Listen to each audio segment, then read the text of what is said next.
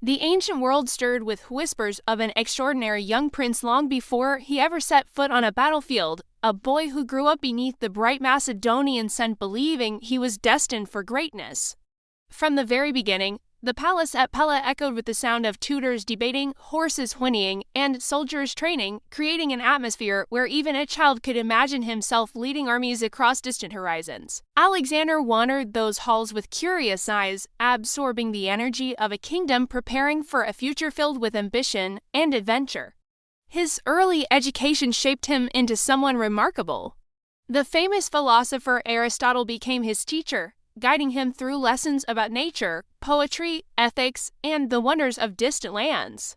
Under the shade of fig trees, Alexander listened as Aristotle unraveled the mysteries of the world, pointing to maps, and explaining how cultures, ideas, and kingdoms were woven together like threads on a grand tapestry.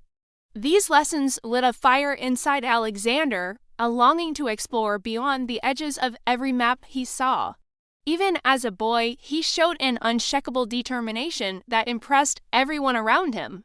One legendary moment came when he tamed Bucephalus, a powerful stallion no one else could control. While the horse reared and snorted, Alexander calmly guided him into the sunlight, noticing the animal feared its own shadow. With gentle hands and unwavering confidence, he climbed onto Bucephalus's back, riding across the field as the crowd gasped and then cheered with excitement. Adults exchanged astonished glances, whispering that this courageous boy was destined for incredible things. The palace buzzed with activity as Alexander grew older, training tirelessly alongside the finest warriors of Macedonia. He practiced archery until his fingers ached, learned to throw spears with precision, and strengthened his body through long hours of running, climbing, and riding across rocky hills. Children who saw him pass by sensed that he was different, serious, determined, and already carrying the air of a leader. Even the soldiers admired his grit, believing he would one day guide them into glorious battles. When Alexander was still a teenager, his father, King Philip II, expanded the Macedonian kingdom with bold strategies and powerful alliances. Alexander often stood beside him during important ceremonies, watching carefully as Philip handled negotiations, led armies, and earned the respect of Greece. Alexander learned not only the art of war, but the equally important skill of leadership, speaking with confidence, inspiring loyalty, and making decisions that shaped the future of nations. Every moment spent beside his father prepared him for the destiny he felt calling louder each day. But destiny arrived sooner than anyone expected. A shocking assassination left the kingdom reeling and the throne suddenly empty.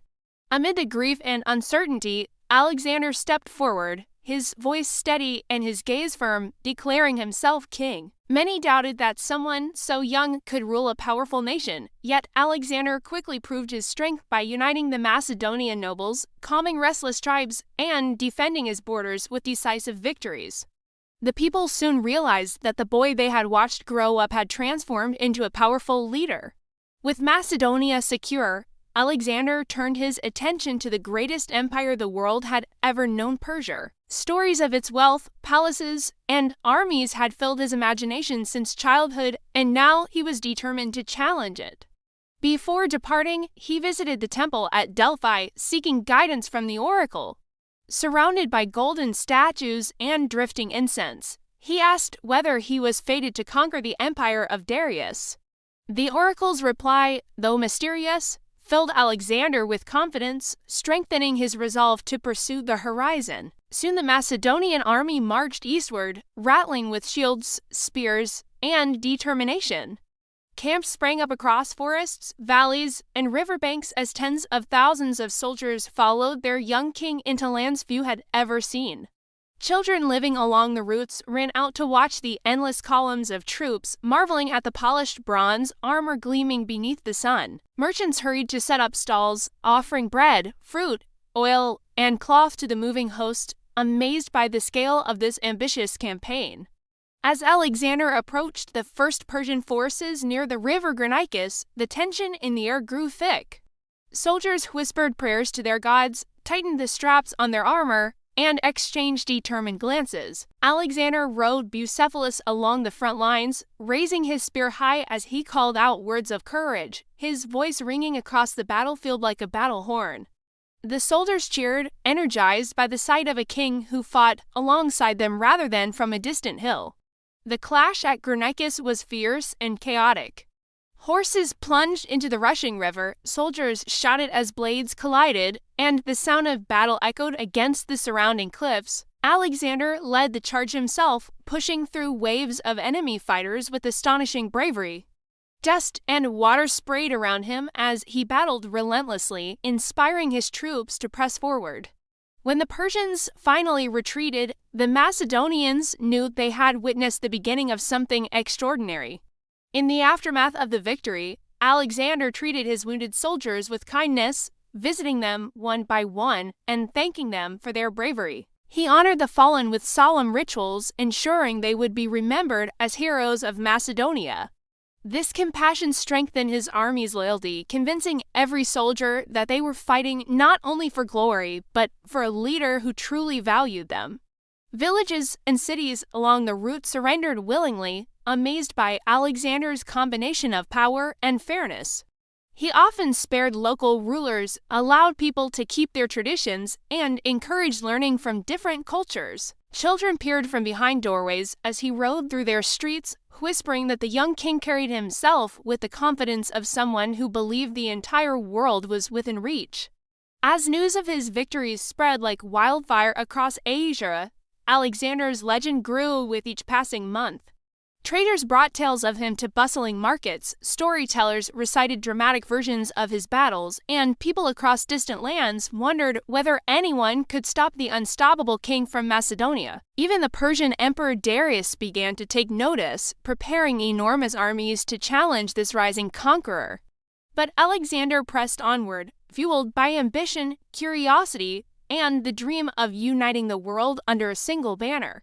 Every sunrise brought new challenges, new battles, and new opportunities for greatness. Soldiers followed him with unwavering trust, scholars traveled with him to document discoveries, and young warriors hoped to earn glory beside the king whose name was quickly becoming unforgettable. By the time his army reached the coastal plains near Issus, Alexander felt the weight of history settling onto his shoulders.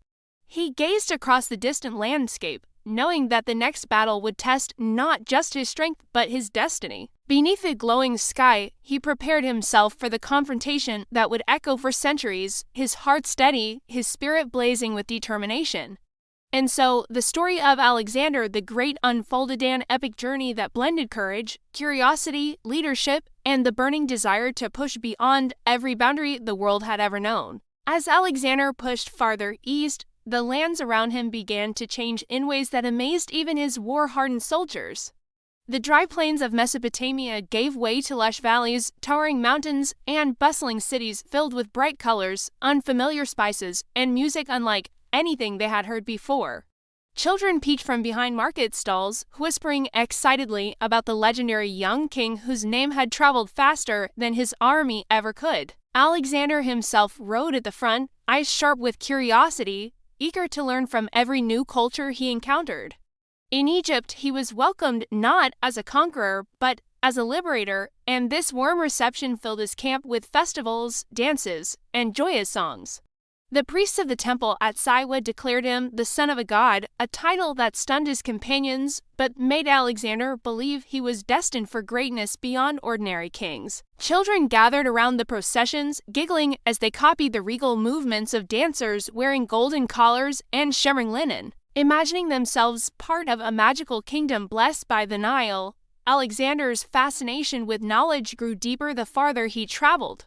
He explored temples filled with carved symbols, libraries stacked with scrolls, and observatories where wise scholars charted the movements of the stars. He asked endless questions, eager to understand how the world was shaped, why kingdoms rose and fell, and what secrets lay hidden in the night sky. His personal tutor, Aristotle, had sparked this love of learning long ago, and now Alexander treated every city like a new classroom waiting to be discovered. Yet even as he studied with scholars and priests, he never slowed the momentum of his army. His troops marched across deserts where scorching winds felt like dragon fire and through mountain passes where freezing storms howled like angry spirits. Children along the route watched the long columns of soldiers, their bright shields glittering like scales on a giant serpent that wound through valleys and plains. Despite the hardships, Alexander's men followed him with fierce loyalty, trusting that his courage and clever strategies would always guide them home. In Persia, Alexander faced some of the most intense battles of his life. War elephants thundered across the field, shaking the earth beneath the soldiers' feet, while archers released waves of arrows that darkened the sky. But Alexander led charge after charge with fearless determination, riding his loyal horse, Bucephalus, straight into the heart of danger. His boldness inspired his troops, who shouted his name with a mix of pride and awe as they pushed back powerful armies that had once seemed impossible to defeat. After defeating the Persian Empire, Alexander chose not to destroy its traditions but to embrace them.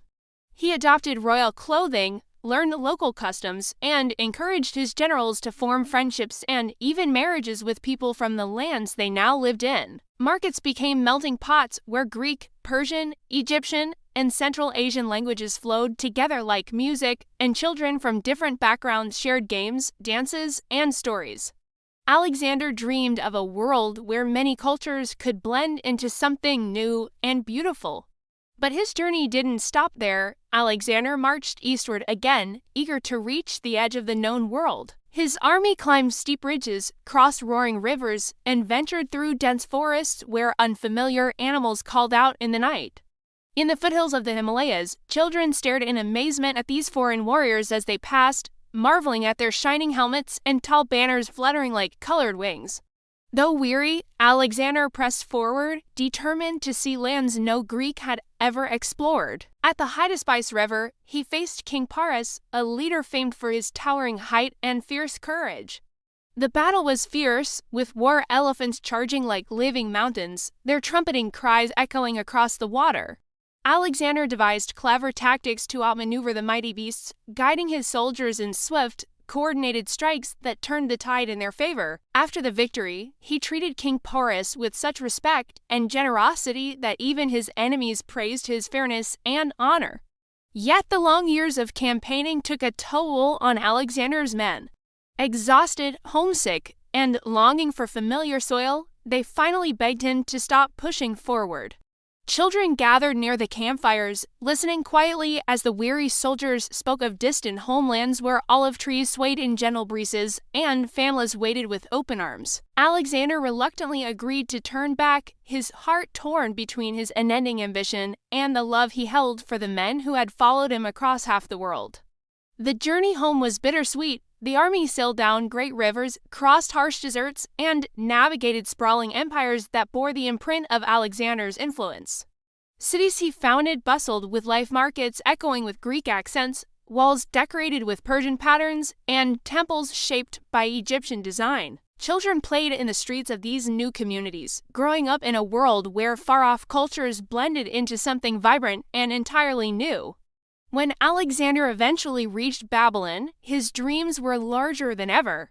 He spoke excitedly of exploring Arabia, building great libraries, and creating roads that would connect hundreds of cities. He imagined a world where ideas traveled freely, where people learned from one another rather than staying divided by mountains, rivers, or old grudges. His companions listened with awe, knowing that if anyone could shape such a future, it was this tireless, curious, unstoppable king, but the world had different plans. As celebrations filled the palace and music echoed late into the night, Alexander suddenly fell ill with a fever that refused to break. Soldiers, nobles, scribes, and children from all corners of his vast empire gathered outside his chambers, whispering prayers for his recovery. They knew they were witnessing the final moments of a man whose footsteps had changed the map of the ancient world forever.